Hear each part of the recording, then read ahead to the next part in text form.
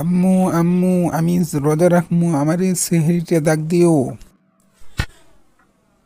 না বাবা, তুমি ছোট মানুষ তো, একটু বড় হয়ে নাও, তারপর রোজা রাখো। এখন তুমি রোজা রাখতে পারবা না। আরে না না, তুমি আমারে ডাক দিও, আমি রোজা রাখতে পারো। তুমি যদি আমারে না ডাক দাও তাহলে আমি না খেয়ে রোজা রাখবো। আচ্ছা, তুমি এখন ঘুমাইয়া যাও, আমি তোমার সেহরি খাইতে ডাক দিব না। এই জীবন, জলদি উঠো, সেহরি খাওয়ার সময় হয়ে গেছে। এই যে আম্মু, আমি উইঠা গেছি, আমারে সেহরি খাইতে দাও। আম্মু আম্মু, আমারে ক্ষুধা লাগতাছে, পেটের বাম পাশটা মোচড়াইতাছে।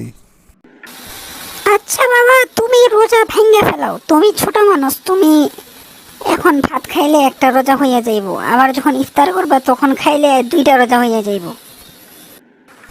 তাই নাকি আম্মু? তাহলে আমি এবার 60টা রোজা রাখবো। বন্ধু, আমার তো একটা রোজা হইয়া গেছে। আরে কসকে, এখনো তো আদানি দিল না, ইফতারের সময় হইল না, তাও একটা রোজা হইয়া গেছে। আমার আম্মু কইছে ছোট বাচ্চা গো 12টা পর্যন্ত না খাইয়া থাকলে রোজা হইয়া যায়।